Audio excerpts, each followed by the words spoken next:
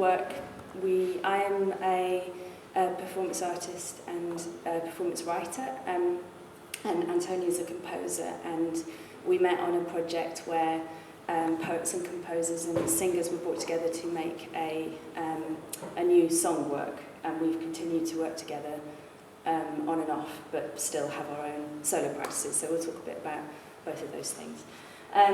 I'm going to just start with a project that is ongoing, which I think was really influenced by working with Antonia, and by sort of having access to talk about sort of musical composition, and also something that Antonia is interested in. It's embarrassing. Where Antonia sometimes uses a chance-based compositional method where, correct me if I'm using the wrong terminology, where she will combine techniques with scoring devices and then pick also the instrument at random. So sometimes she's scoring a technique that is impossible on that particular instrument. Is that right? Yeah, that's right. And we wrote a piece together that was performed in Edinburgh, and we went up, and I was really excited to see Antonia trying to explain to the musicians there that they were kind of complaining that it was impossible to play, and she was saying, it's your intention in the attempt to play it that generates a sound that is what I'm interested in. And some of them got it and some of them didn't want to do it. But so this has kind of influenced me with this. And this project came out of listening to a lot of birdsong in headphones, recordings of birdsong, and just the same recording of birdsong again and again and again.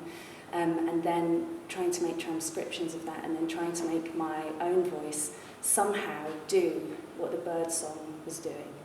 But I realise now that actually it's more the intention and putting and sort of like what Nathan was saying about making a task for the voice, making a performance task, and having the intention to produce a particular sound that is impossible on this instrument, which is actually not equipped to make those sounds that the birdsong makes, but generating another sound in the process, which is the thing of interest and becomes the work. So I'll just play.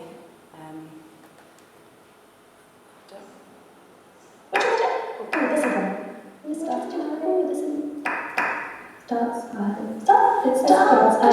Oh, fun! That's got a thing, sort of like a pulling down a bit. Stop. It's got a bit, and then it stops, and then stops.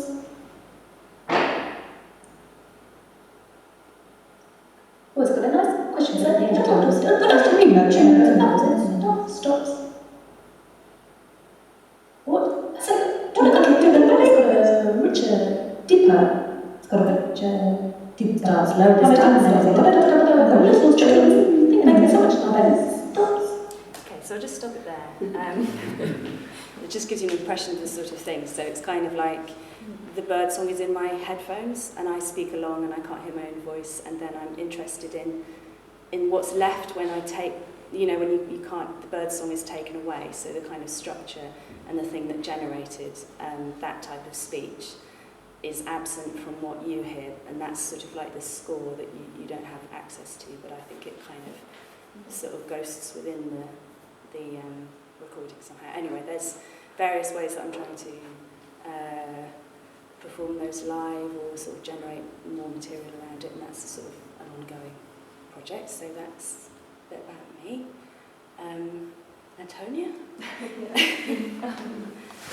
Yeah, I guess so. I come from a mainly classically trained compositional background, music composition, and but I'm also very interested in collaboration, and I work with dance and also other artists and with Emma, and I'm really interested in, when I'm collaborating, interested in the bits in between, and I think Emma and I have it quite good in that we understand each other quite well from the offset, and when we didn't, we'd go into these huge, long, laborious kind of explanations for exactly what we meant, and created a language that made sense to both of us in order to work together. And I guess we found that conceptually our procedures are quite similar, and we admired each other in those ways.